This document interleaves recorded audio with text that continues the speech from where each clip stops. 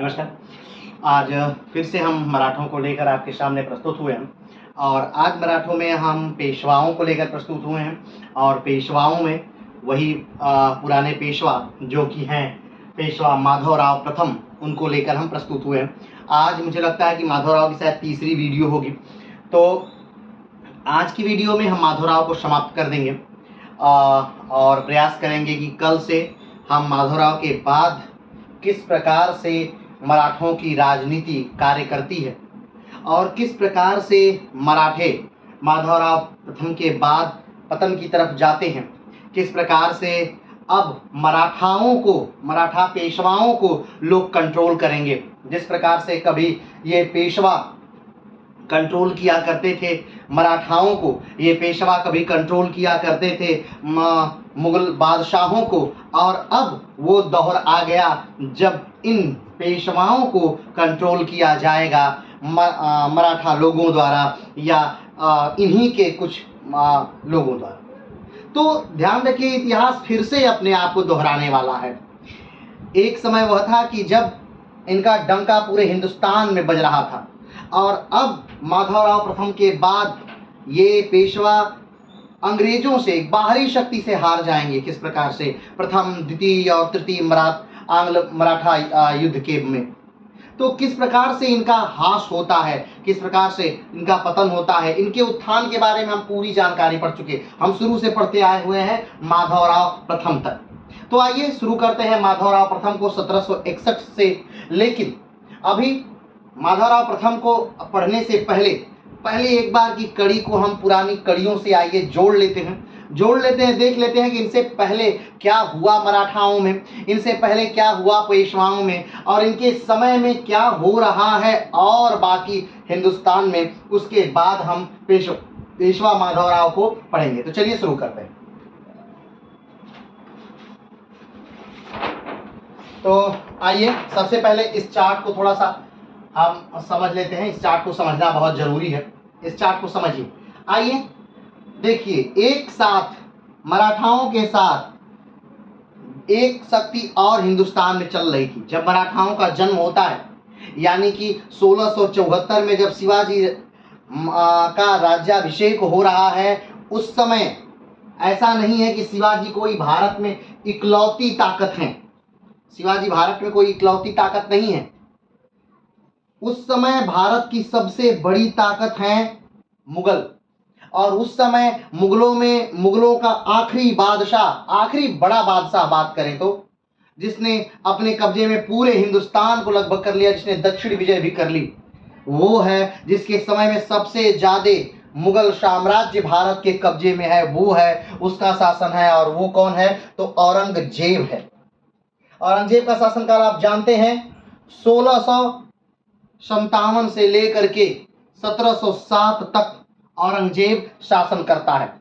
और इस शासन काल के दौरान उसे बहुत सारी ताकतों से निपटना पड़ता है और उनमें से एक मराठे भी हैं। तो मराठों को अपना राज्य बढ़ाने के लिए बहुत सारे लोगों से दो हाथ करने हैं, जिनमें से एक मुगल भी हैं और मुगल सबसे शक्तिशाली हैं। क्योंकि दक्षिण में जब मराठे अपना राज्य दक्षिण में विस्तार कर रहे हैं, उस समय दक्षिण में जब शिवाजी, या यूं कहें कि जब शिवाजी भारतीय पटल पर आते हैं, तो उस समय 3 बड़े राजवंश भारतवर्ष में है दक्षिण में। एक बीजापुर, गोलकुंडा और अहमदनगर।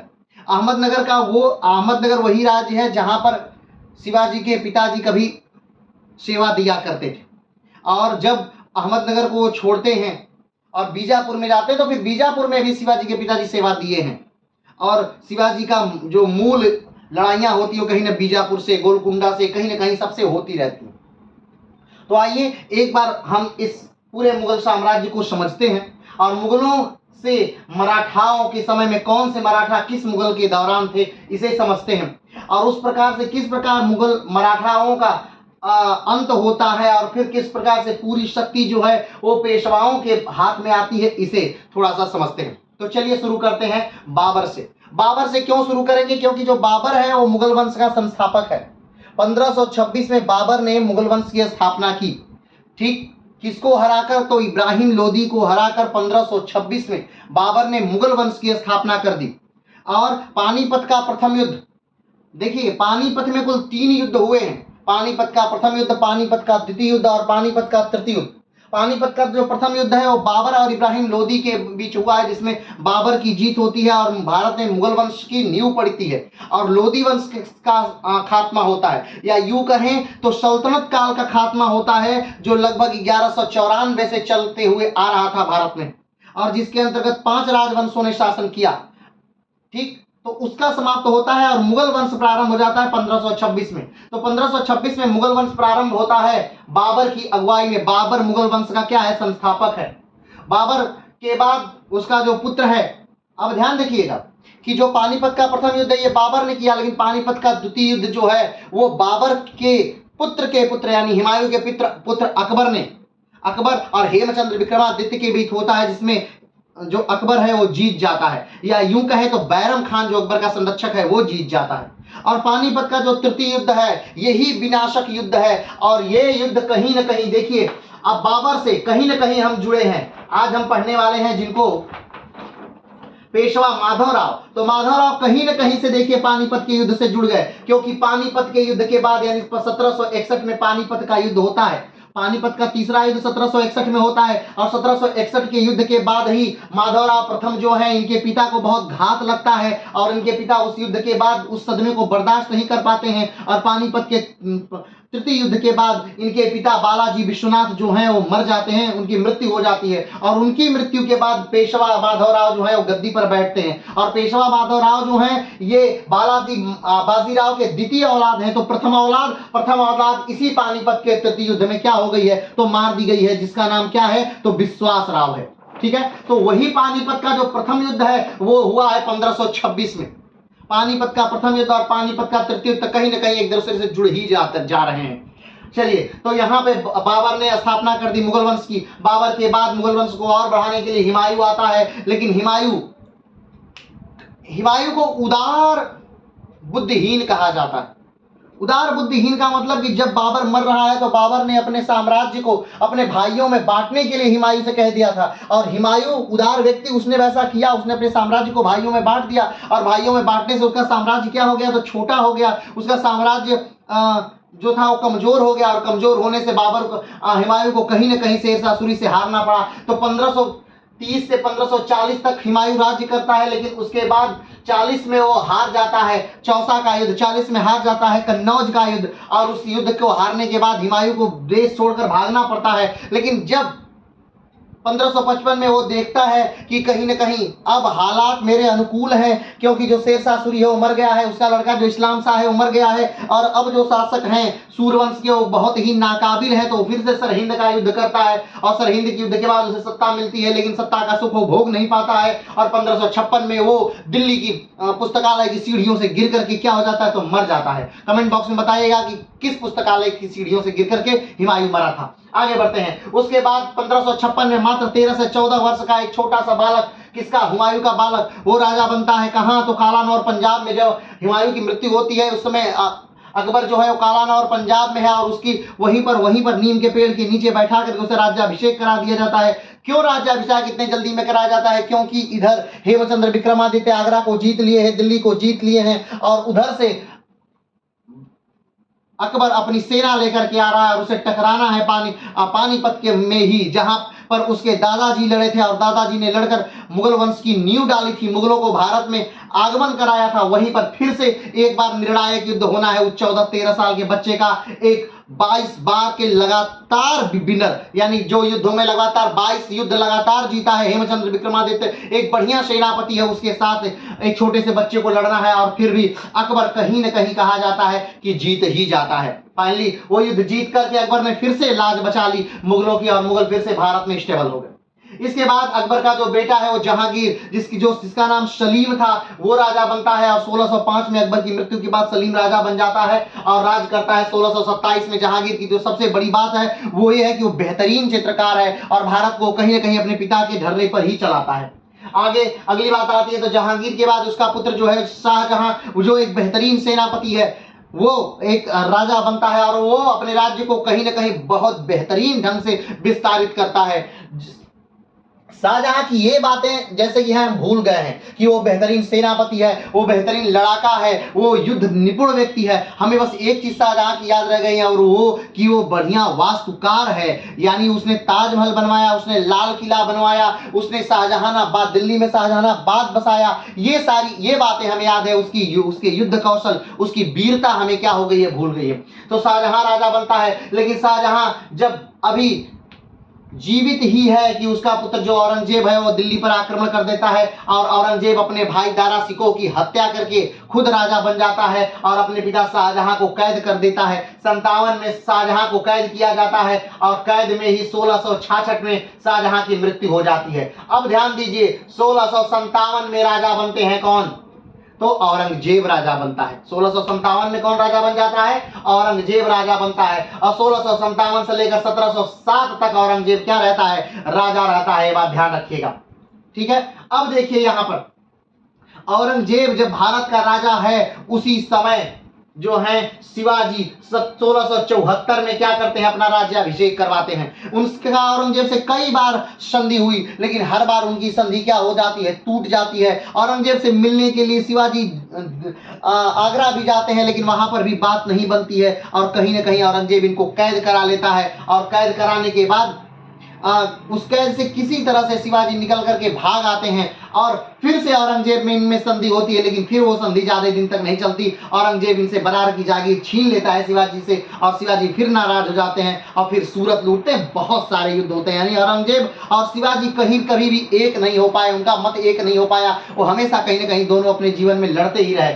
लेकिन 1680 में शिवाजी की क्या हो जाती है, मृत्यु हो जा रही है। ध्यान दीजिएगा, 1674 में शिवाजी क्या बनते हैं, राजा बनते हैं, राजा बन रहे हैं और 1680 में ही शिवाजी की मृत्यु हो जा रही है। लेकिन ध्यान रखिए, अभी राजा औरंगजेब ही है। 1657 से लेकर 1707 तक राजा अभी कौन है, औरंगजेब है। शिवाजी की मृत्यु के बाद शिवाजी के जो सबसे ज्येष्ठ पुत्र हैं, जिनका नाम संभाजी है, वो लाख उत्तराधिकार के युद्ध को पास करके क्या होते हैं, तो राजा बन जाते हैं। तो 1681 में राजा बनते हैं, ठीक है। 1681 में संभाजी राजा बनते हैं और 1689 में संभाजी को कहीं ना कहीं औरंगजेब ने पकड़वा लिया और पकड़वा के उनकी बहुत बुरी तरह क्या करा दी, हत्या करा दी।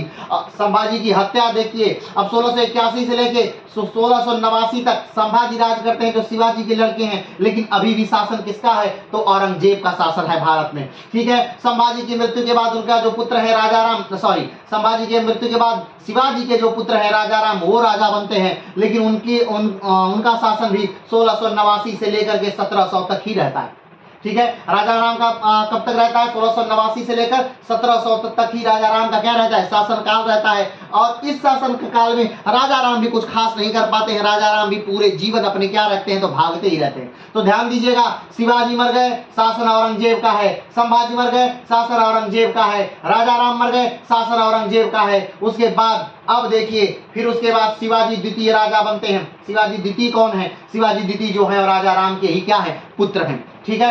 तो क्यों शिवाजी द्वितीय राजा बनते हैं, यहाँ संभाजी का लड़का भी राजा बन सकता था, ठीक है, जबकि राजाराम का लड़का क्यों राजा बन रहा है, क्योंकि संभाजी का जो लड़का है साहूजी महाराज, इसको कैद कर लिया है औरंगजेब ने अपने ही राजमहल में और वहां पर कैद कर लिया है और अपने ही यहाँ उनका पालन पोषण वहीं पर हो रहा है। छोटे से ही औरंगजेब के महल में रहे हैं, उनका पालन पोषण वहीं पर होता है, ठीक है। अब ध्यान दीजिए, शिवाजी द्वितीय अब राजा बन जाते हैं और 1700 से 1707 तक ये राजा रहते हैं। अब 1707 तक भी औरंगजेब का ही राज है, लेकिन 1707 में औरंगजेब मर जाता है और जब औरंगजेब मरता है तब साहूजी महाराज को छोड़ दिया जाता है और साहूजी महाराज आकर के शिवाजी द्वितीय से, यानी शिवाजी द्वितीय की मां से, शिवाजी द्वितीय मात्र उस समय 4 साल के हैं, 4 साल, ठीक है। तो शिवाजी द्वितीय से अपना राज्य मांगते हैं। कौन मांगता है, साहूजी महाराज और शिवाजी द्वितीय और ताराबाई में युद्ध होता है। ताराबाई कौन है, तो शिवाजी द्वितीय की क्या है, मां है। उनमें युद्ध होता है और ये युद्ध जीत जाता है। कौन जीत जाता है, तो साहूजी महाराज युद्ध जीत जाते हैं और 1700 से 1707 तक बस शिवाजी द्वितीय का राज रहता है। उसके बाद राजा कौन बन जाता है, तो 1708 में राजा बन जाते हैं साहूजी महाराज, जो 1708 से लेकर 1749 तक शासन करते हैं। अब ध्यान दीजिए, यहाँ पर जाकर शासन व्यवस्था बदली है। ठीक है। अब यहाँ पर भी छोड़ ही दीजिए, क्योंकि 7 तक तो ये औरंगजेब जीवित ही रहा। मात्र एक राजा, मराठाओं का मात्र एक राजा औरंगजेब की मृत्यु के बाद राजा बना। और ध्यान रखिएगा, इस राजा के समय जो मराठा हैं ये शक्तिहीन हो गया और पूरी शक्ति कहाँ आ गई? पेशवाओं में आ गई। तो बात करते हैं कि पेशवाओं में शक्ति क्यों आ गई। पेशवाओं में शक्ति इसलिए आ गई क्योंकि जो साहू जी महाराज हैं वो 1713 में पेशवा बनाते हैं बालाजी विश्वनाथ को। और बालाजी विश्वनाथ क्या है? बालाजी विश्वनाथ अपने वंश के पहले पेशवा हैं, लेकिन जो अभी तक के पेशवा हुए हैं उनमें 6वें पेशवा हैं। और इस प्रकार से बालाजी विश्वनाथ 1713 में अपने हाथ में पूरी शक्ति धीरे धीरे लेने लगते हैं और 1720 में बालाजी विश्वनाथ क्या हो जाती है? मृत्यु हो जाती है। अब ध्यान रखिएगा, बालाजी विश्वनाथ की मृत्यु हो गई है, लेकिन मराठा राजा कौन है? साहू जी महाराज हैं, ठीक है। बालाजी विश्वनाथ की मृत्यु के बाद उनका जो पुत्र है बाजीराव वो राजा बनता है। कब? 1720 से 40 तक। अब ध्यान रखिएगा, बालाजी विश्वनाथ की मृत्यु हुई, मराठा राजा साहू जी हैं। बाजीराव की मृत्यु हुई, मराठा राजा कौन है? साहू जी महाराज हैं। ध्यान दीजिएगा। अब ध्यान दीजिए 1720 में, ठीक, 1720 से 1740 तक कौन है? बाजीराव। बाजीराव है क्या?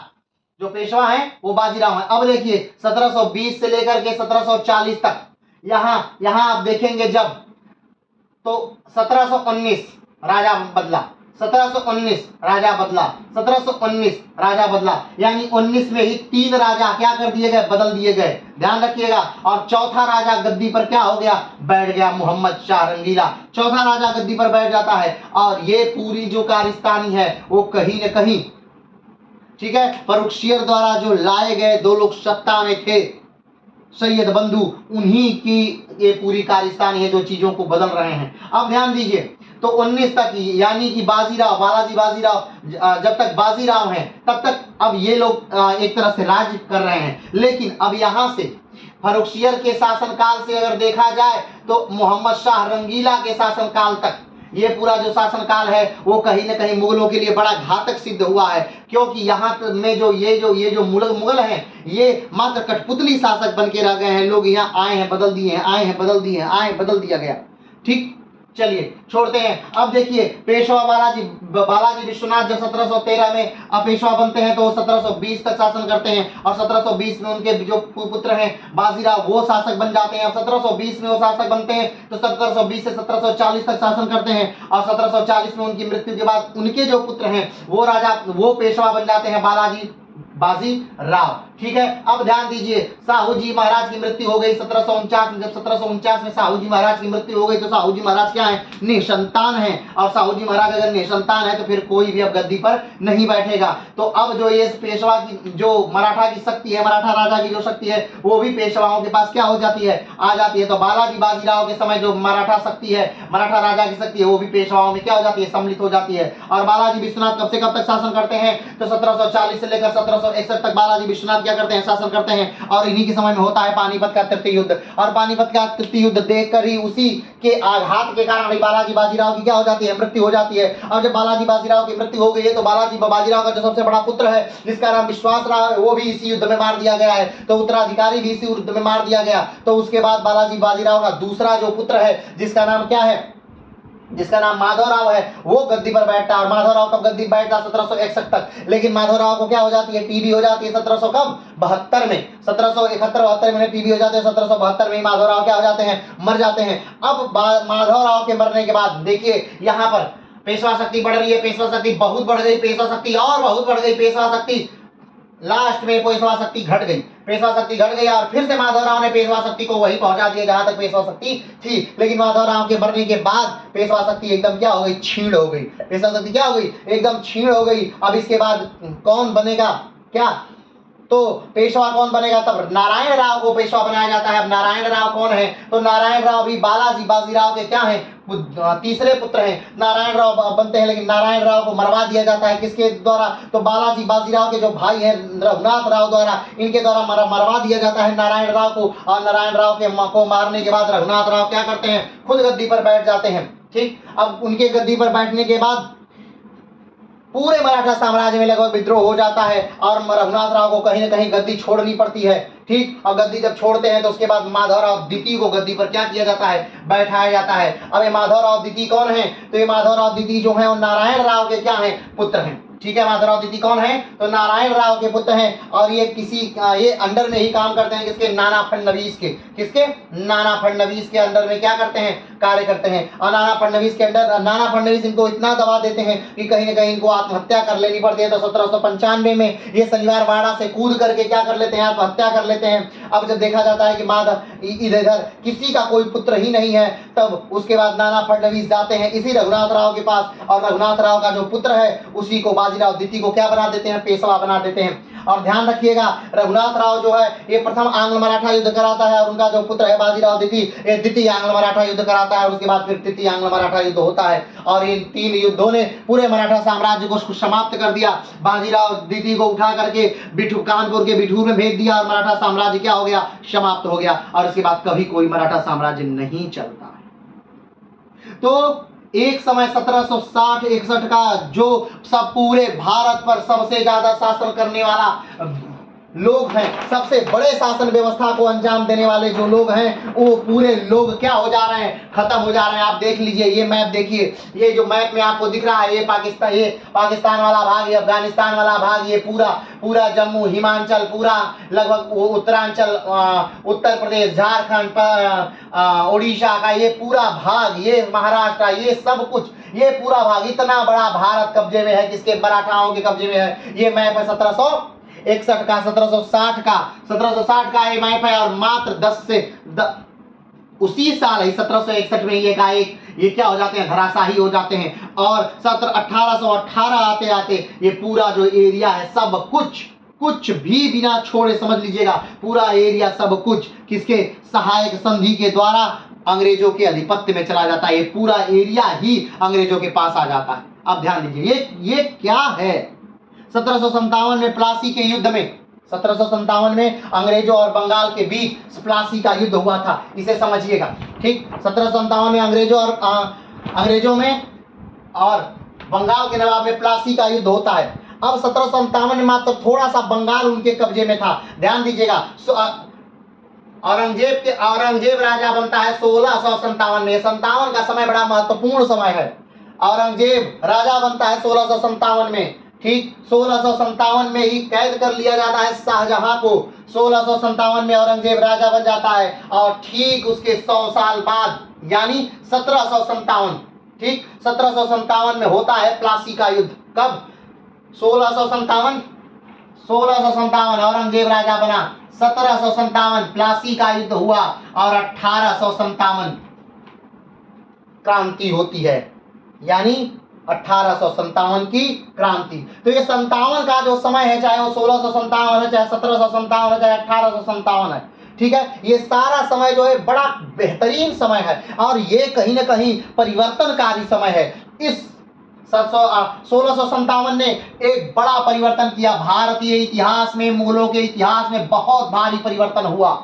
एक जो धर्म, सारे धर्म को लेकर के चलने वाले लोग थे, जो राजा थे, सारे धर्म को लेकर चलने वाले उन सारे राजाओं को हटाते हुए औरंगजेब एक कट्टरवादी राजा बना। और ये समय है 1757 का। ये 1757 का वो समय है जब अंग्रेजों ने भारत में अपनी पैठ बना ली और अंग्रेजों ने कहीं न कहीं भारत का एक क्षेत्र जीत करके ये बता दिया कि अब भारत में अंग्रेजों की पैठ हो गई है और धीरे धीरे वो भारत को दीमक की तरफ क्या करने लगे? खाने लगे। और ये समय था 1857 का, जब अंग्रेजों के खिलाफ क्या हो गई? क्रांति हुई। और सिर्फ क्रांति ही नहीं हुई, हमारा देश आजाद भी हो गया। जी हाँ, वो अलग बात है कि हमारा देश ईस्ट इंडिया कंपनी से आजाद हो गया। हाँ, हम 1857 में ईस्ट इंडिया कंपनी से क्या हो गए थे? आजाद हो गए थे। ध्यान रखिएगा, 1857 से पहले हम गुलाम थे ईस्ट इंडिया कंपनी के। और ये विश्व का पहला ऐसा उदाहरण था जब किसी एक छोटी सी कंपनी ने, एकमात्र किसी देश की कंपनी ने किसी देश को गुलाम बना लिया हो। ये पहला समय था। तो 1857 में हम उस कंपनी को पछाड़ देते हैं। 1857 में हम उस कंपनी से आजाद हो जाते हैं और हम सीधे नियंत्रण में आ जाते हैं किसके? ब्रिटिश महारानी के नियंत्रण में आ जाते हैं। ये 1857 का दौर था। तो ध्यान दीजिए, तो बस कहने का मतलब ये था कि 1757 में मात्र थोड़े से बंगाल को जीता हुआ अंग्रेज 1818 तक लगभग पूरे भारत को क्या कर लेते हैं? विजित कर लेते हैं। 1818 तक मात्र 50-60 सालों में पूरे भारत को क्या कर लेते हैं, विजित कर लेते हैं। और ध्यान रखिएगा, इससे पहले 1757 से पहले उनकी हिम्मत नहीं हुई थी। एक बार वो औरंगजेब से टकराए थे और औरंगजेब ने इतना बुरी तरह अंग्रेजों को हराया था कि उसके बाद से उन्होंने कसम ही खा ली थी, कभी किसी बड़ी भारतीय शक्ति से वो कभी नहीं टकराया था। जब तक औरंगजेब था, जब तक मुगल था, औरंगजेब था, तब तक वो मुगलों से नहीं टकराए, और जब तक मराठे शक्तिशाली थे तब तक वो मराठों से नहीं टकराए। ठीक, लेकिन जब ये बड़ी शक्तियां भारत से हट गईं, उसके बाद अंग्रेजों का क्या हो गया, मनोबल बढ़ा और वो कहीं न कहीं भारतीय शक्तियों से टकराए और भारत को क्या कर दिया, कुछ ही सालों में नेस्तो नाबूद कर दिया। तो अभी बात ध्यान रखिएगा, एक बार फिर से इसको देखिए। तो अभी मराठों में हमने क्या खत्म कर दिया है, मराठों में हमने शिवाजी को खत्म कर दिया है, मराठों में हमने संभाजी को खत्म कर दिया है, मराठों में हमने राजा राम को खत्म कर दिया है, हमने शिवाजी को खत्म कर दीदी को खत्म किया है, हमने साहू जी महाराज को खत्म कर दिया है, हमने बालाजी विश्वनाथ को खत्म कर दिया है, हमने बाजीराव को खत्म कर दिया है। ठीक, हमने बालाजी बाजीराव को खत्म कर दिया है। और आज अभी लगभग तीसरी क्लास है किसकी, माधव राव, पेशवा माधव राव की, 1761 से लेके 1772 तक। अभी आज हम लोग माधव राव को कई क्लास ले रहे हैं और माधव राव को भी हम लोग जल्दी ही खत्म कर देंगे। इसके बाद रघुनाथ राव है, और रघुनाथ राव में हमें कुछ ज्यादा नहीं पढ़ना है, न रघुनाथ राव में पढ़ना है, न माधव राव द्वितीय में पढ़ना है, और न ही बाजीराव द्वितीय में पढ़ना है। इन लोगों में हमें ज्यादा नहीं पढ़ना है, उनके जीवन के बारे में ज्यादा नहीं जानना है। हाँ, लेकिन इन लोगों के समय में जो राजनीतिक बदलाव हुए थे, जो इनके समय में शुरू हुए थे आंग्ल मराठा युद्ध, उन युद्धों के बारे में जानना है, और फिर से किस प्रकार से भारत का मराठा साम्राज्य ढह रहा है उसके बारे में जानना है। चलिए तो शुरू करते हैं आज हम लोग क्या, माधव राव। कब से कब तक, 1761 से लेकर 1772 तक। आइए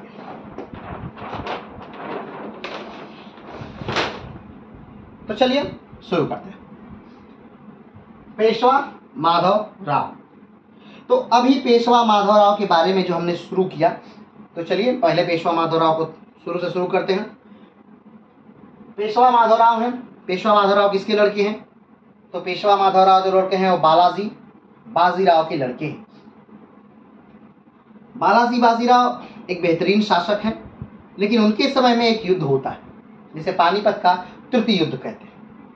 ये युद्ध पानीपत के मैदान में लड़ा गया। पानीपत यानी हरियाणा में एक स्थान था पानीपत, उस पानीपत के मैदान में लड़ा गया।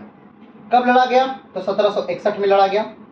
किसके किसके बीच लड़ा गया, तो अहमद शाह अब्दाली और मराठों के बीच लड़ा गया। ठीक, अहमद शाह अब्दाली का साथ किसने दिया, तो अवध के नवाब ने दिया और रूहेलों ने दिया। ठीक, और मराठों का नेतृत्व किसने किया, तो सदाशिवराव भाऊ ने मराठों का नेतृत्व किया। लेकिन उस युद्ध में जो बालाजी बाजीराव हैं, उनका बड़ा जो बेटा है वो भी आता है, सेनापति की भूमिका में आता है, और वो कहीं न कहीं युद्ध में मार दिया जाता है। चलिए, युद्ध में वो मार दिया गया। बालाजी बाजीराव असहाय हो गए, और बालाजी बाजीराव ने कहा कि जब मैं मरूं तो मेरे जो भाई हैं रघुनाथ राव, इनके संरक्षण में मेरा जो बेटा है जिसका नाम माधवराव है, माधवराव प्रथम है, वो राजा बनेगा। और जब तक वो वयस्क नहीं हो जाता, मराठा साम्राज्य के सारे निर्णय जो है वो रघुनाथ राव लेंगे, जो मेरे भाई हैं। अब ध्यान दीजिएगा, रघुनाथ राव जो हैं, इनके मन में कहीं न कहीं पेशवा बनने की ललक शुरू से ही है।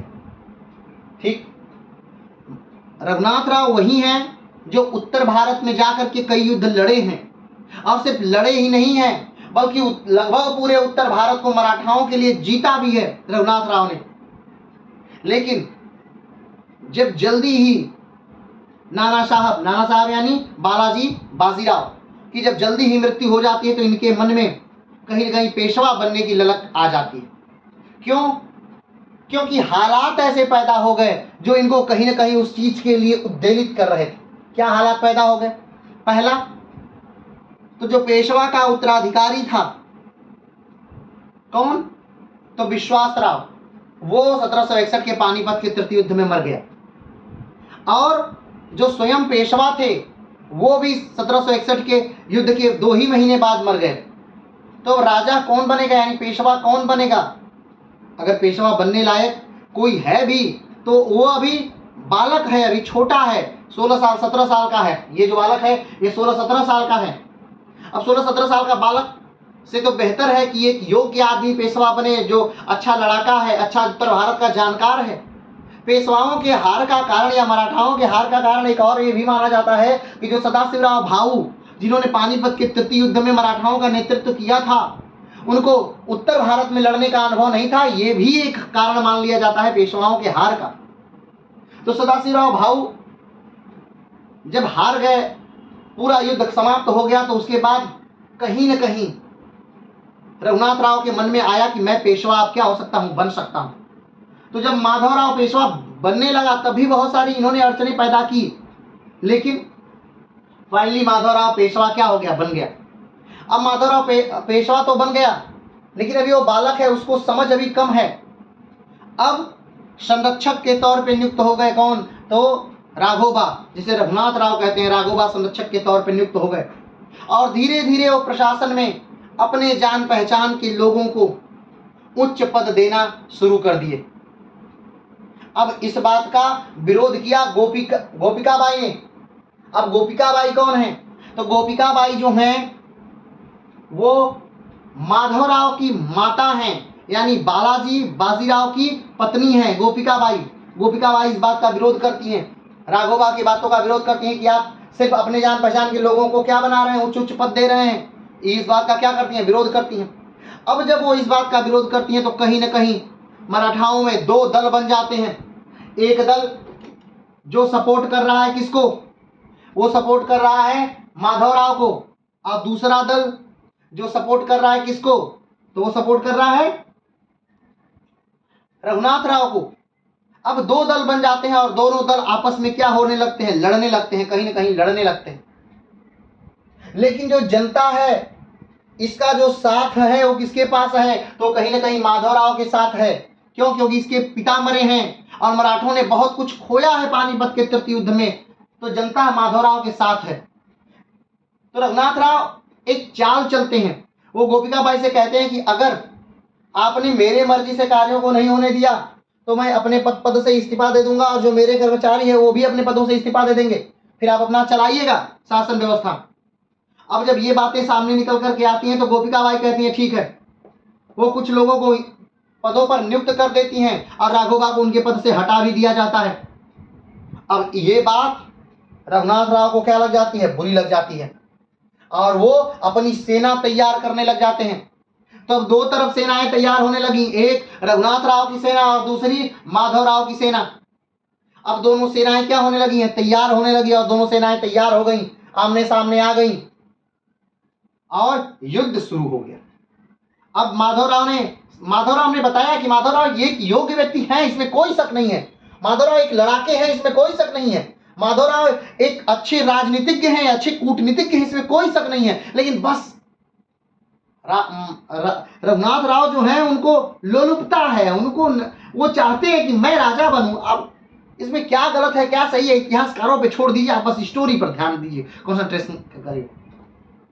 चलिए, तो रघुनाथ राव और माधवराव दोनों की सेनाएं आमने सामने क्या हो जाती हैं, सज जाती हैं, और दोनों सेनाओं में युद्ध होता है। ठीक, और कहीं न कहीं माधवराव की जो सेना है वो हार जाती है इस युद्ध में, और रघुनाथ राव पूरी सत्ता पर क्या हो जाते हैं, काबिज हो जाते हैं। और रघुनाथ राव का साथ हैदराबाद के निजाम ने भी दिया है इस युद्ध में। अब माधवराव को खोजने का अभियान चालू हो जाता है, लेकिन माधवराव ऐसा छुपते भागते नहीं है। माधवराव आकर के आत्मसमर्पण कर देते हैं राघोबा के टेंट में ही।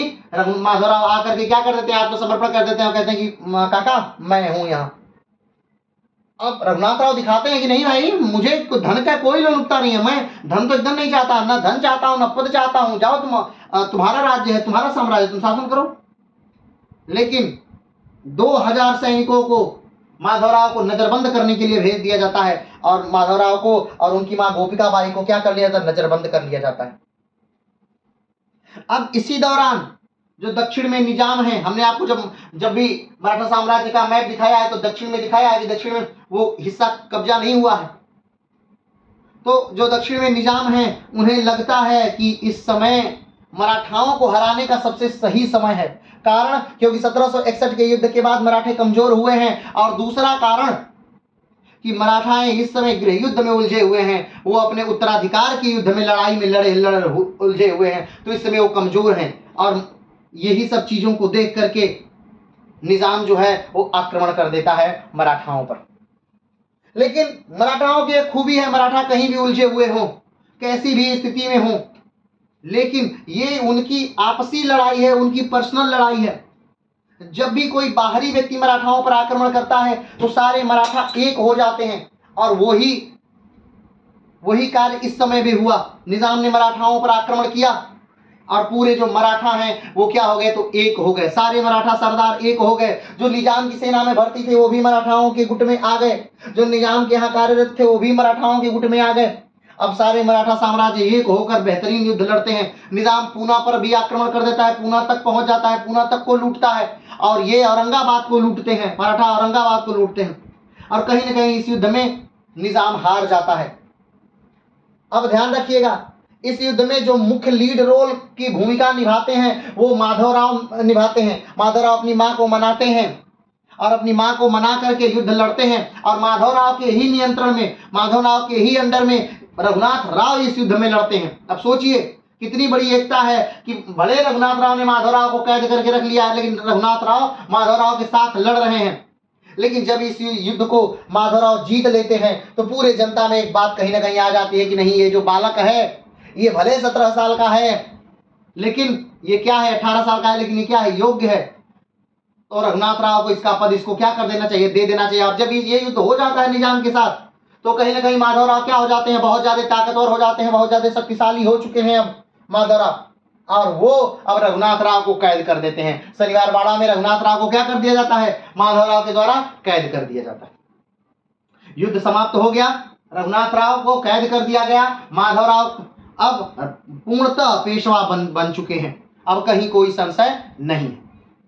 अब ध्यान दीजिए, इतनी सारी मुसीबतों को अभी तक जो चल रहा था ये लगभग क्या था, गृह युद्ध था।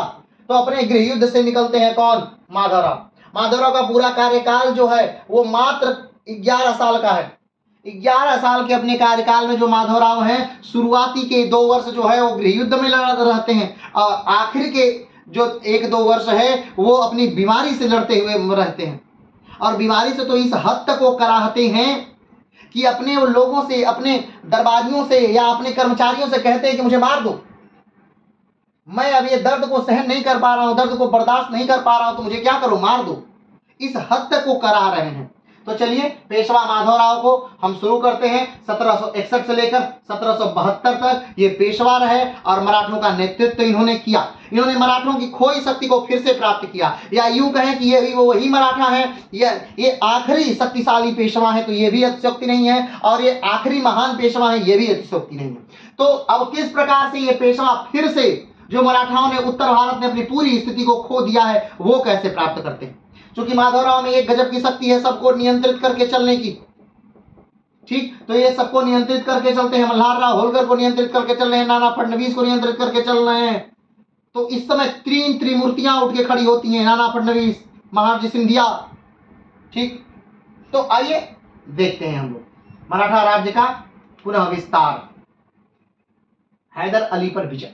पहला, हैदर अली पर विजय। अब ध्यान दीजिएगा, पानीपत में जब मराठे कमजोर हो चुके हैं, उसके बाद नीचे दक्षिण में, मैसूर वाले क्षेत्र में, कर्नाटक वाले क्षेत्र में एक नए राज्य, एक व्यक्ति है जो सैनिक पद पर है। उस सैनिक पद से उठ करके वो कहीं ना कहीं राजा बन जाता है और अपने राज्य का क्या कर लेता है, विस्तार कर लेता है।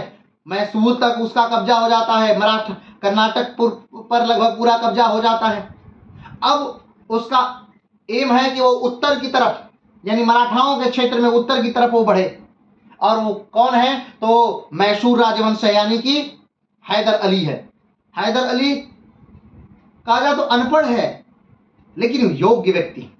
क्या है, तो योग्य व्यक्ति है, एक सैनिक। अब सोच सकते हैं आप कि कोई व्यक्ति एक सैनिक के पद से उठ करके राजा तक पहुंचा, ये कितनी बड़ी बात होती है। ठीक है, चलिए शुरू करते हैं। तो पानीपत में मराठाओं की पराजय के बाद मैसूर में हैदर अली को अपना प्रभाव विस्तार करने के लिए स्वाभाविक छूट मिल गई थी।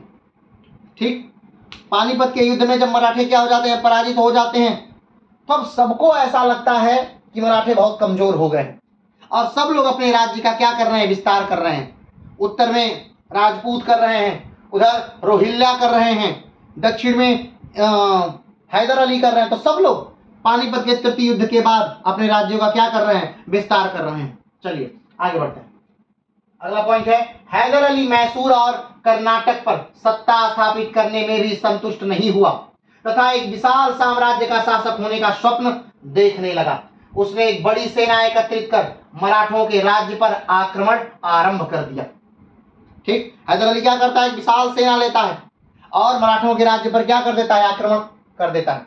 अब हैदर अली के को भी हम लोग पढ़ेंगे जल्दी ही, मराठा जो समाप्त होंगे उसके बाद हम लोग हैदर अली को ही पढ़ेंगे। ठीक है, हैदर अली को भी पढ़ना है हमें, अवध को भी पढ़ना है हमें, बंगाल को भी पढ़ना है हमें और सिख अंपायर को भी पढ़ना है हमें। तो इसके बाद उन लोगों का ही नंबर है। और ध्यान रखिएगा, सब में एक कॉमन बात है कि सबका युद्ध जो होगा वो अंग्रेजों से ही होगा। अभी मराठे अंग्रेजों से लड़के खत्म होंगे, हैदर अली के पुत्र टीपू सुल्तान अंग्रेजों से लड़के खत्म होंगे, उधर बंगाल के नवाब अंग्रेजों से लड़कर समाप्त होंगे, उधर अवध के नवाब अंग्रेजों से लड़के समाप्त होंगे, उधर सिख अंपायर अंग्रेजों से लड़के समाप्त होगा। तो सब लोग एक एक करके अंग्रेजों से लड़के धराशाही होंगे। अगर सोचिए, ये निजाम, मराठा और हैदर अली, ये अगर अलग अलग अंग्रेजों से ना लड़ करके बल्कि एक साथ ही अंग्रेजों से अगर लड़ा होता तो ये अंग्रेजों को उखाड़ करके कब का फेंक दिया होता। लेकिन ऐसा नहीं किया इन्होंने। हैदर अली को हराने के लिए मराठों ने अंग्रेजों का साथ दिया, जिसकी सहायता से अंग्रेजों ने हैदर अली को या टीपू सुल्तान को पूरी तरह से नेस्तनाबूद कर दिया। चलिए अभी उस घटना का हम लोग बाद में जब इन तीनों चारों को हम पढ़ लेंगे तब उस पर हम बार बार विवेचना करेंगे, लेकिन अभी इस पर आते हैं। तो जब पानीपत का तृतीय युद्ध हो जाता है, मराठे कमजोर हो गए हैं, तो हैदर अली ये बात को देख रहा है कि मराठे कमजोर हो गए हैं, तो हैदर अली एक बड़ी सेना बनाता है और बड़ी सेना बना करके हैदर अली आक्रमण कर देता है अपने उत्तर में, यानी मराठों पर क्या कर देता है, आक्रमण आरंभ कर देता है। पेशवा माधवराव ने स्वयं मराठा सेना का क्या किया, नेतृत्व कर हैदर अली पर 3 बार प्रत्यार्पण किया। अब इसका जवाब अब देखिए, पेशवा स्वयं देते हैं, माधवराव स्वयं मैदान जंग में क्या होते हैं, रहते हैं, आते हैं और इस आक्रमणों का क्या करते हैं, जवाब देते हैं। 1770 से 1772 के जुलाई तक चले तीसरे आक्रमण में आरंभिक 6 महीने तक स्वयं पेशवा अभियान में उपस्थित रहे, परंतु बाद में अस्वस्थ हो जाने के कारण त्रिंबकराव पेठे को सेनानायक बनाकर स्वयं पुणे वापस आ गए। ठीक है, शुरुआत में, यानी ये घटना कब की है, 72 की है। 70 से लेकर के 72 तक लगातार युद्ध चल रहा है।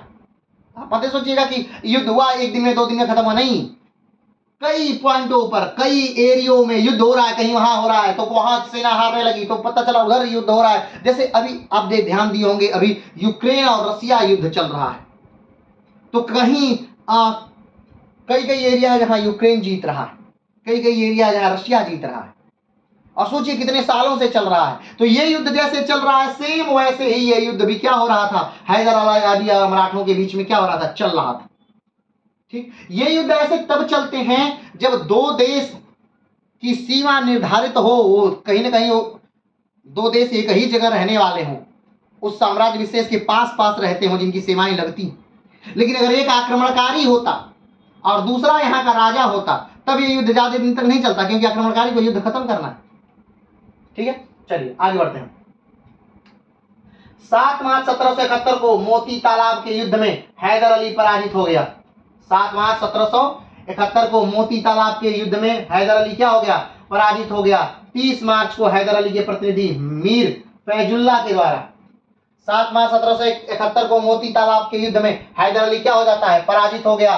30 मार्च को हैदर अली के प्रतिनिधि मीर फैजुल्ला के द्वारा संधि पत्र पर हस्ताक्षर कर दिए गए। ठीक है, जब भी 2 युद्ध होता है, 2 लोग लड़ते हैं आपस में, तो जो हार वाला पक्ष होता है और जीत वाला पक्ष एक दूसरे को कागजात दिए जाते हैं जिस पर वो सिग्नेचर करते हैं, हस्ताक्षर करते हैं, और एक संधि होती है, और उस संधि के शर्तें दोनों को मंजूर होती हैं, तब वो युद्ध रोका जाता है ऐसी स्थिति में। ठीक है, चलिए आगे बढ़ते हैं। रघुनाथ राव का पूर्ण पराभव। पहला क्या था? मराठा राज्य का पुनः विस्तार। तो पहला हैदर अली पर विजय, तो हैदर अली को हराते हैं कौन? पेशवा माधव राव। दूसरा रघुनाथ राव का पूर्ण पराभव। अब ध्यान दीजिए, जो निजाम है, निजाम से युद्ध जीत चुके हैं कौन? रघुनाथ राव। या रघुनाथ राव कहें या माधव राव कहें, उसमें रघुनाथ राव की भी सहभागिता है, माधव राव की भी सहभागिता है निजाम से युद्ध को जीतने में। अब जब युद्ध जीत चुके हैं तो फिर माधव राव को, रघुनाथ राव को कुछ चाहिए। क्योंकि देखिए, मेन जो दिक्कत थी रघुनाथ राव के साथ वो ये ही थी, हमने पहले बताया कि उनको पेशवा बनना था, और अगर वो पेशवा नहीं बने तो बाकी चीज होकर भी क्या करेगी। तो चलिए आइए देखते हैं। राक्षस भुवन के युद्ध में विजय प्राप्त करने के बाद, ये राक्षस भुवन का युद्ध कौन सा है? ये राक्षस भुवन का युद्ध वही है जिसमें कि हैदराबाद का निजाम और माधवराव का युद्ध होता है, और उसमें हैदराबाद के निजाम को, राक्षस भुवन के युद्ध में हैदराबाद के निजाम को माधवराव हरा देते हैं, और कहीं कहीं दोनों पक्षों की विजय थी। ठीक, तो राक्षस भुवन के युद्ध में विजय प्राप्त करने के बाद से माधवराव द्वारा सारे अधिकार अपने हाथ में ले लिए जाने गए। ठीक है, राक्षस भुवन का युद्ध हुआ, और राक्षस भुवन के युद्ध में कौन जीत गया? तो माधवराव जीत गए।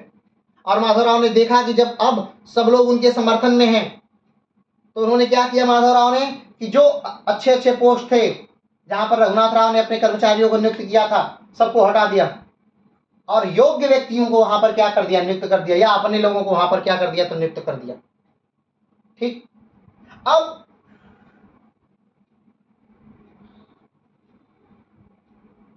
पूरी शक्ति जो है, पूरी शक्ति जो है केंद्रित है, एक व्यक्ति में केंद्रित हो गई। किसमें? माधवराव में। युद्ध जीतने के बाद पूरी शक्ति एक आदमी के में क्या हो गई? केंद्रित हो गई। माधव द्वारा सारे अधिकार अपने हाथ में ले लिए गए। माधवराव ने सारे अधिकार क्या कर लिए? अपने हाथ में ले लिए। अब राघोबा विवश होकर चुप तो थे, परंतु विद्रोह का अवसर लगातार ढूंढ रहे थे। अब जब देख रहे हैं राघोबा कि पूरी शक्ति तो किसके हाथ में? माधवराव, तो कुछ कर तो नहीं सकते हैं, लेकिन कहीं ना कहीं मन ही मन में वो ये सोच रहे हैं कि मुझे अवसर मिले, मुझे एक ऐसा अवसर मिले जब मैं माधवराव को हरा दूं, या किसी तरह से विद्रोह कर दूं, या किसी तरह से सत्ता प्राप्त कर लूं। ठीक, ढूंढ रहे थे। पेशवा बनने की अपनी महत्वाकांक्षा को दबा नहीं पाए थे। रघुनाथ राव नागपुर के भोसले की सहायता से उसने माधवराव के विरुद्ध विद्रोह कर दिया। माधवराव ने क्या किया? माधवराव ने पूरी शक्ति अपने हाथ में ले ली, जो उच्च पद थे वहां पर अपने लोगों को नियुक्त कर दिया। अब जब सारा कंट्रोल माधवराव के हाथों में हो गया, रघुनाथ राव के हाथों में कुछ है ही नहीं, तो रघुनाथ राव कहीं ना कहीं चाहते हैं कि कोई टॉपिक मिले, कोई बात मिले जिससे हम आक्रमण कर सकें, पेशवा को उनके पद से हटा सकें। ठीक, तो भोसले की सहायता से। अब भोसले कौन है? हमने बताया था कि बाजीराव का समय था। बाजीराव का मतलब 1720 से लेकर 1740 तक का समय था, जब बाजीराव ने मराठा साम्राज्य को बढ़ाने के लिए मराठाओं को 4 भागों में बांटा था। ठीक, तो उसमें से एक है भोसले, सिंधिया, होलकर, ये सारे उसी के हैं, अंग हैं। तो उसमें से भोसले को लेकर के, उसमें से भोसले की सहायता से, भोसले को लेकर के माधवराव के विरुद्ध क्या कर दिया? युद्ध कर दिया, या विद्रोह कर दिया। किसने? तो रघुनाथ राव ने। चलिए आगे बढ़ते हैं। पेशवा ने अंततः राघोबा को परास्त कर माधवराव के शनिवार बाड़ा में ही उन्हें बंद कर दिया, ताकि वह पुनः उत्पात न करें। ठीक, अब जब विद्रोह कर दिया किसने? रघुनाथ राव ने। अब रघुनाथ राव ने जब विद्रोह किया तो माधवराव को भी पूरा अधिकार मिल गया कि भाई विद्रोह तो कर दिए हैं, तो उनको भी मौका मिला। माधवराव भी तो मौका ढूंढ ही रहे थे कि एक आदमी जो पता है कि हमेशा वो कुछ न कुछ विद्रोह कर रहा है, वो कुछ न कुछ चाह रहा है कि ये हमें सत्ता से हटा दे। तो अगर वो सत्ता से हटाना चाह रहा है तो इससे पहले हम भी तो कुछ, जब हमें पता चलेगा कि भाई हम उसे क्यों, किस अपराध में हटा रहे हैं, तो इनको भी मौका मिल गया, माधवराव को भी, और रघुनाथ राव को भी भोसले का साथ मिल गया। तो अब माधवराव उस विद्रोह को दबाते हैं और रघुनाथ राव को बंदी बनाया जाता है। लेकिन अब भाई सगे काका हैं, तो सगे काका तो ऐसा थोड़ा उन्हें जेल में डाल देंगे, जेल में तो नहीं ना डाल देंगे। इनके पिताजी के वो सगे भाई हैं, कहीं ना कहीं उनका पूरा अधिकार है भी तो है। तो उनको शनिवार वाड़ा में नजर बंद कर दिया जाता है, ध्यान रखिएगा। शनिवार वाड़ा में क्या कर दिया गया, रघुनाथ राव को नजर बंद कर दिया गया। क्लियर है। अब पूरी तरह से शासन सत्ता माधवराव के हाथ में आ गई। आगे बढ़ते हैं। उत्तर में महान विजय।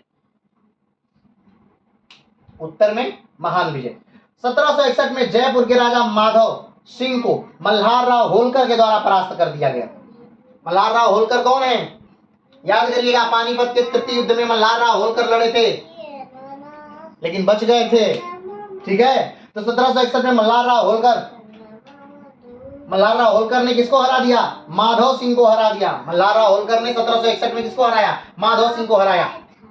मल्हार राव, अब ध्यान दीजिए किसके नेतृत्व में सारा कार्य हो रहा है। भले माधवराव पुणे में है, ठीक है, लेकिन नेतृत्व उन्हीं का माना जाएगा। मल्हार राव होलकर ने माधवराव को हराया, तो पहली विजय क्या हो गई कि राजपूतों में फिर से दबदबा कायम कर लिया। जो राजस्थान का इलाका है, राजपूतों का एरिया है, वहां पर फिर से क्या कर दिया, मराठों ने अपना दबदबा कायम कर दिया कि अब मत सोचिए कि हमारी शक्ति खत्म हो गई है, हम फिर से उसी फार्म में आ गए हैं। ठीक है। एक दो मैच में भले हम आउट हो गए, तो उसका मतलब ये नहीं कि हम पूरी तरह से अब कभी खेल ही नहीं पाएंगे, हम फिर से फार्म में हैं। और देख लीजिए इस बार शतक। ठीक। तो मल्हार राव होलकर ने माधव सिंह को क्या कर दिया, 1761 के युद्ध में हरा दिया। जयपुर के राजा माधव सिंह दीदी, ठीक है, को मल्हार राव होलकर के द्वारा परास्त कर दिया गया। अगला, महादजी शिंदे के सूझबूझ तथा प्रबल पराक्रम के कारण जाट तथा रोहेलों का दमन हुआ। ठीक। मल्हार राव होलकर ने क्या किया, जाटों और रोहिल्लों को भी क्या कर दिया, सबक सिखाया। उनका भी साम्राज्य बहुत तेजी से बढ़ गया था। और याद करिए रोहिल्लों ने किसका साथ दिया था, अहमद अब्दाली का 1761 में साथ दिया था, तो उनको भी सबक सिखाना बाकी था। तो मल्हार राव होलकर ने उनको भी क्या किया, सबक सिखाया। ठीक। तो रोहिल्लों को भी क्या किया, सबक सिखाया। किसने, तो महादजी शिंदे ने। किसने सिखाया, महादजी शिंदे ने। ध्यान रखिए मल्हार राव होलकर, महादजी शिंदे, नाना फडणवीस और माधवराव, ये सब लोग मिलकर के कहीं ना कहीं क्या बना लिए, एक बेहतरीन कड़ी बना लिए हैं। तो महादजी शिंदे ने फर्रुखाबाद के नवाब, बंगाल तथा सूबेदार बुंदेलखंड के शासक को पराजित किया। अब देखिए महादजी शिंदे ने किसको पराजित किया, फर्रुखाबाद के नवाब, बंगाल के तथा बुंदेलखंड के शासक को। बंगाल को भी पराजित किया गया तथा बुंदेलखंड को भी। ठीक है। बुंदेलखंड को पराजित किया गया, फर्रुखाबाद को पराजित किया, यानी उत्तर भारत में फिर से क्या किया गया, फर्रुखाबाद के नवाब और बुंदेलखंड के शासक को क्या किया गया, पराजित किया गया। किसके द्वारा, तो महादजी शिंदे के द्वारा। अब कहीं न कहीं क्या हो रहा है, मराठे फिर से अपनी शान शौकत पा रहे हैं, यानी उत्तर भारत में उनका पूरा उत्तर भारत में कब्जा था और फिर से उत्तर भारत का एरिया क्या कर रहे हैं, जीत रहे हैं। ठीक। चलिए आगे बढ़ते हैं। महादजी शिंदे ने अंग्रेजों के संरक्षण में इलाहाबाद में अपने दुर्दिन काट रहे शाह आलम को भी मुक्त करा लिया। अब यहां इस बात को समझिएगा, यहां एक लाइन है कि महादजी शिंदे ने अंग्रेजों के संरक्षण में इलाहाबाद में अपने दुर्दिन काट रहे शाह आलम को क्या करा लिया, मुक्त करा लिया। शाह आलम को क्या करा ले रहे हैं, मुक्त करा ले रहे हैं। अब इस बात को यहां थोड़ा देखिएगा। शाह 1764, याद है सन, ये 1764। अभी हम इसको पढ़े नहीं है, अभी इसको पढ़ेंगे जब हम बंगाल को पढ़ेंगे, तब हम इस 1764 का सन पढ़ेंगे। थोड़ा सा बस बता रहे हैं, इस एक लाइन को समझाने के लिए लाइन बताई जा रही है। तो 1757 और 1764 ये दोनों सन बड़े इंपॉर्टेंट है भारतीय इतिहास के लिए, और खास तौर पे अंग्रेजों के इतिहास के लिए ये दोनों सन बहुत इंपॉर्टेंट है। 1757 वो समय है जब अंग्रेजों ने एक युद्ध लड़ा था, प्लासी का युद्ध। ठीक है। और 1764 वो समय है जब अंग्रेजों ने एक युद्ध लड़ा था, बक्सर का युद्ध। ठीक। बक्सर और प्लासी का युद्ध, यानी जब अंग्रेजों ने भारत में अपनी पैठ सिर्फ सिर्फ पैर रखा था। ये वो युद्ध जब एक दोगली राजनीति के तहत रॉबर्ट क्लाइव ने बंगाल के नवाब को हरा दिया या यूं कहें तो उसके सेनापति को अपने में मिला लिया, जिससे युद्ध मैदान जब दोनों सेनाएं, अंग्रेजों की सेनाएं और बंगाल के नवाब की सेनाएं आमने सामने हुई तो कोई युद्ध के लिए ही नहीं गया, बस एक टुकड़ी युद्ध लड़ी, बाकी लोग अंग्रेजों से मिल गए थे। तो प्लासी का युद्ध अंग्रेज जीत गए। प्लासी का युद्ध जीतने के साथ ही अंग्रेजों ने अपना पैर क्या कर लिया था? बंगाल में रख लिया था। बंगाल में रख लिया था अपना पैर। किसने? अंग्रेजों ने अपना पैर बंगाल में रख लिया। लेकिन फिर एक समय आता है 1764 का, जब बंगाल का नवाब भाग करके दिल्ली जाता है और दिल्ली के बादशाह को अपने साथ मिलाता है और अवध के नवाब को अपने साथ मिलाता है। तो अब बंगाल, अवध और दिल्ली,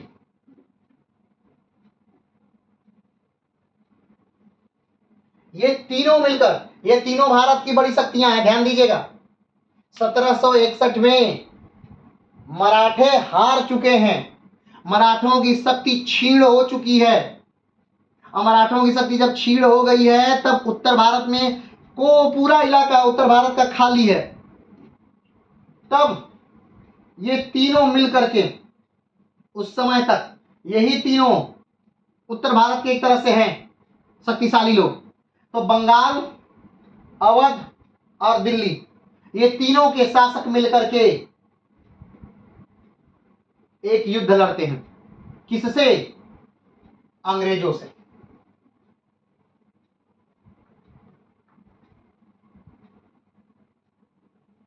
ठीक है, अंग्रेजों से क्या लड़ते हैं? एक युद्ध लड़ते हैं।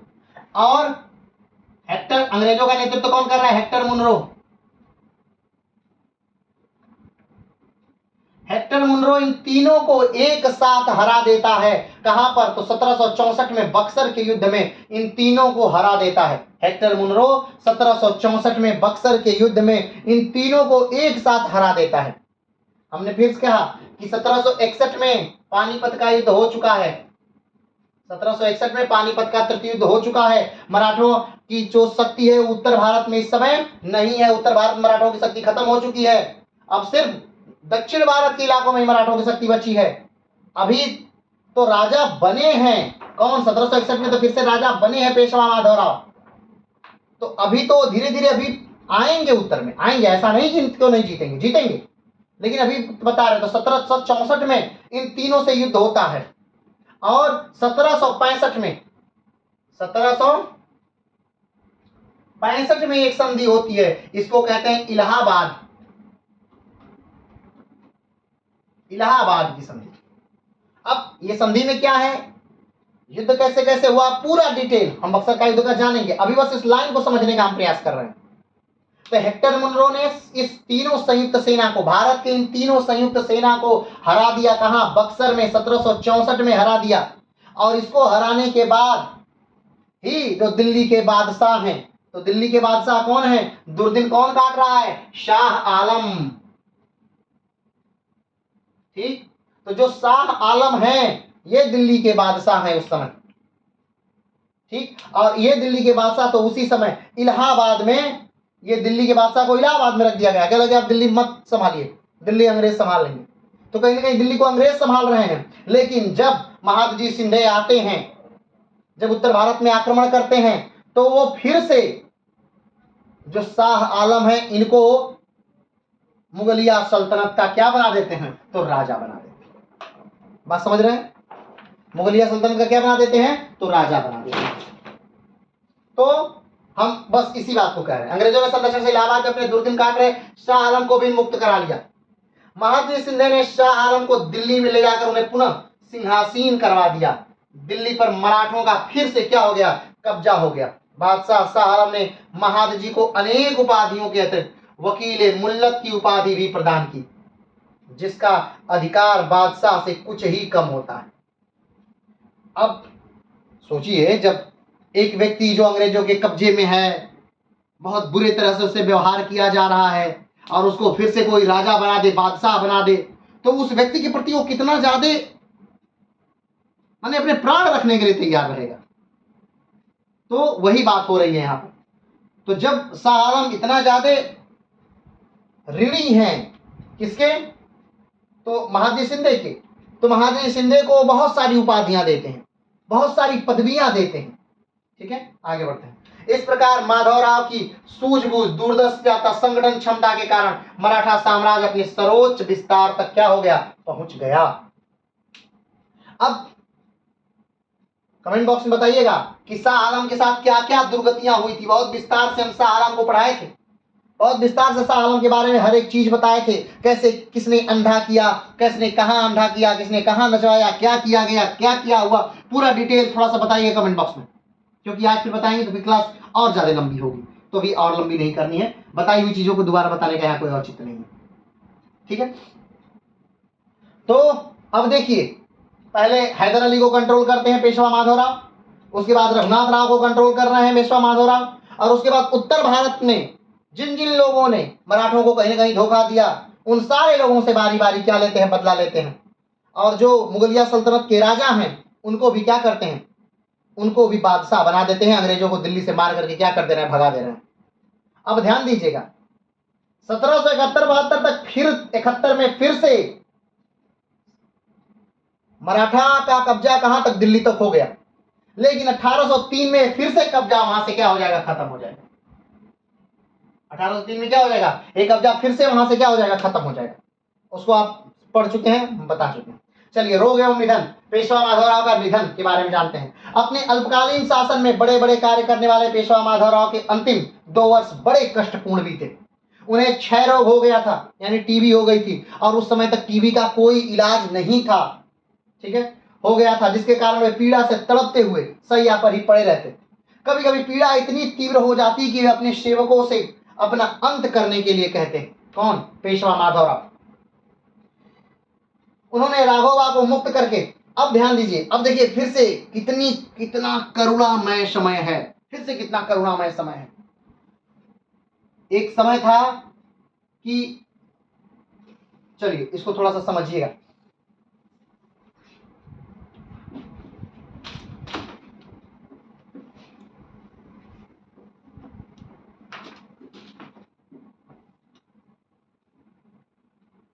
सत्रह सौ इकसठ का समय है, 1761 का समय है, पानीपत का युद्ध हो चुका है।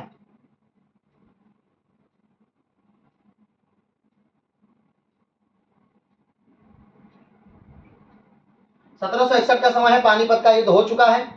राजा कौन है तो उस समय,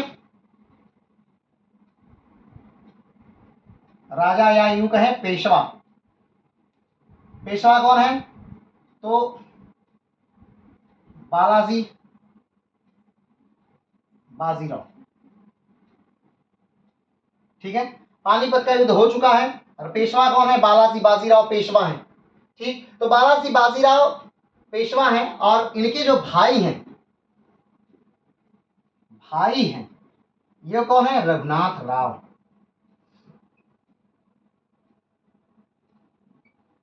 रघुनाथ राव, तो बालाजी विश्वनाथ जो हैं, बालाजी बाजीराव जो हैं, वो रघुनाथ राव को बुलाते हैं और कहते हैं, भाई साहब देखिए, मेरा जो पुत्र है माधवराव,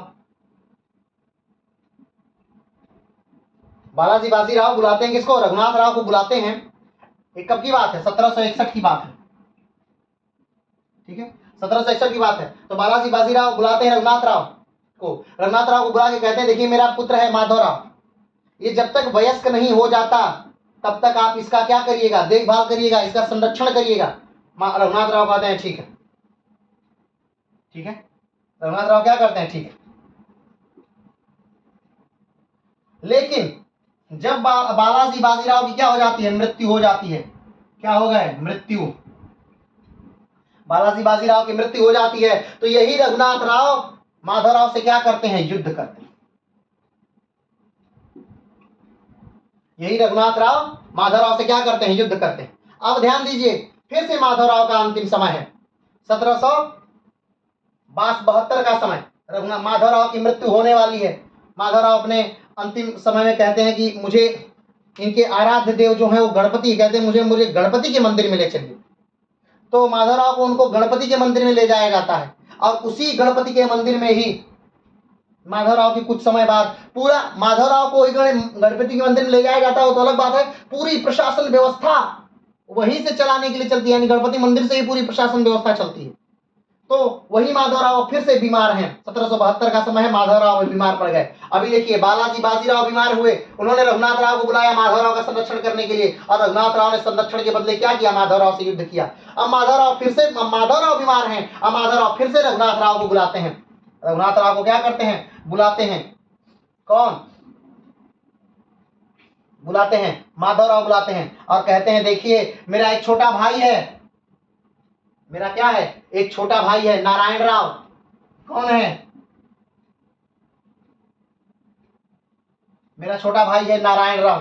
तो देखिएगा इसका ध्यान रखिएगा, नारायण राव का क्या रखिएगा, ध्यान रखिएगा, और इसको कुछ होने ना पाए। जब तक ये छोटा है, जब तक ये वयस्क नहीं होता है, तब तक आप इसकी क्या करिएगा, देख रेख करिएगा। और फिर से रघुनाथ राव कहते हैं, रघुनाथ राव क्या देते हैं, वचन देते हैं। मरते हुए माधवराव को क्या देते हैं, रघुनाथ राव वचन देते हैं। लेकिन जब माधवराव की क्या हो जाती है, मृत्यु हो जाती है, माधवराव की मृत्यु हो जाती है, तो यही रघुनाथ राव चाचा नारायण राव को मरवा देते हैं।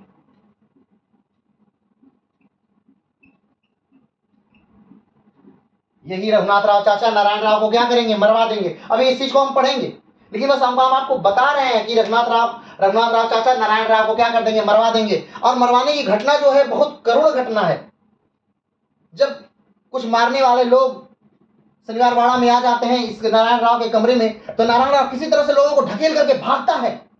अब भाई कौन ऐसा व्यक्ति है जो नारायण राव की रक्षा करेगा उन मारने वालों से। तो नारायण राव को पता है कि मेरे काका जो है रघुनाथ राव बहुत योग्य है, बहुत बहादुर है, बहुत योद्धा है, वो तो ऐਵੇਂ मार देंगे इनको। और जब भाग करके रघुनाथ राव के पास जाता है नारायण राव, तो रघुनाथ राव बचाते नहीं है, उनकी तलवार वहीं धरी की धरी रह जाती है, उठती नहीं है।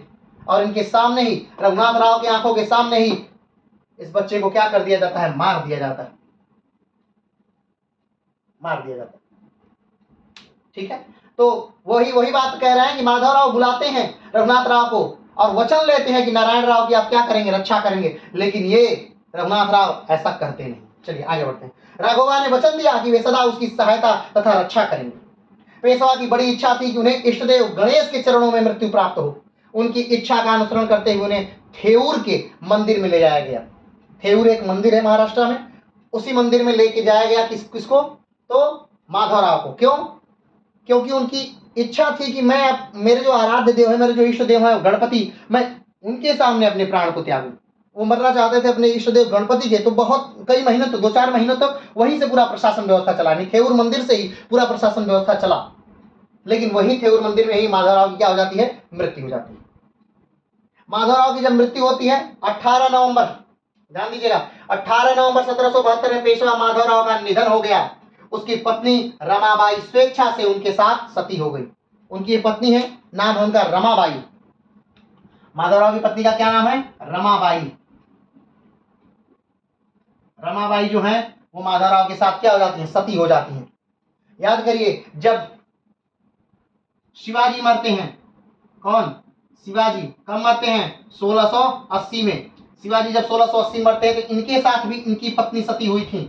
ध्यान रखिएगा, इनकी 8 पत्नियां थी, उनमें से एक पत्नी जिसका नाम क्या है, पुतलीबाई। पुतलीबाई, पुतलीबाई से कंफ्यूज मत होइएगा, ये पुतलीबाई एक और हैं। एक पुतलीबाई है जो कि माँ है किसकी, तो मोहनदास करमचंद गांधी की, गांधी जी की माँ है पुतलीबाई। ठीक है, वो उनको यहाँ पर लाके कंफ्यूज मत करिएगा। ये शिवाजी की पत्नी है पुतलीबाई, और ये शिवाजी के साथ क्या हो जाती हैं, सती हो जाती हैं। और रमाबाई किसके साथ सती हो जाती हैं, तो माधवराव के साथ सती हो जाती हैं। और हम बात करेंगे सती प्रथा का प्रारंभिक उल्लेख कब मिला है, तो गुप्त काल में मिला है। भानुगुप्त के एरण अभिलेख में पहली बार सती प्रथा का क्या मिला है, उल्लेख मिला है। तो ये थे आज माधवराव। माधवराव को आज हमने क्लियर किया। कल हम लोग थोड़ा सा एक और पक्ष माधवराव का देखेंगे, थोड़ा सा माधवराव के बारे में और बात करेंगे और पूरा मराठा साम्राज्य को एक बार कंक्लूड करेंगे और फिर आगे बढ़ेंगे नारायण राव पे। लेकिन नारायण राव का कोई कार्य नहीं है, क्योंकि आप देखे हैं कि नारायण राव का जो शासन व्यवस्था है 72 में मरते हैं, 1772 में मर रहे हैं माधवराव और 1773 में ही नारायण राव को मार दिया जाएगा रघुनाथ राव द्वारा। फिर रघुनाथ राव भी ज्यादा दिन तक नहीं रह पाएंगे पेशवा, वो भी भाग जाएंगे अंग्रेजों के पास और फिर यहीं पर होगा प्रथम आंग्ल मराठा युद्ध। तो उस युद्ध को देखने में आप और जानकारी जुटाने में आपको और आनंद अच्छा लगेगा। चलिए आज के लिए इतना ही, फिर मिलते हैं एक नए वीडियो के साथ, नए स्थान के साथ। तब तक के लिए नमस्कार, धन्यवाद, जय हिंद।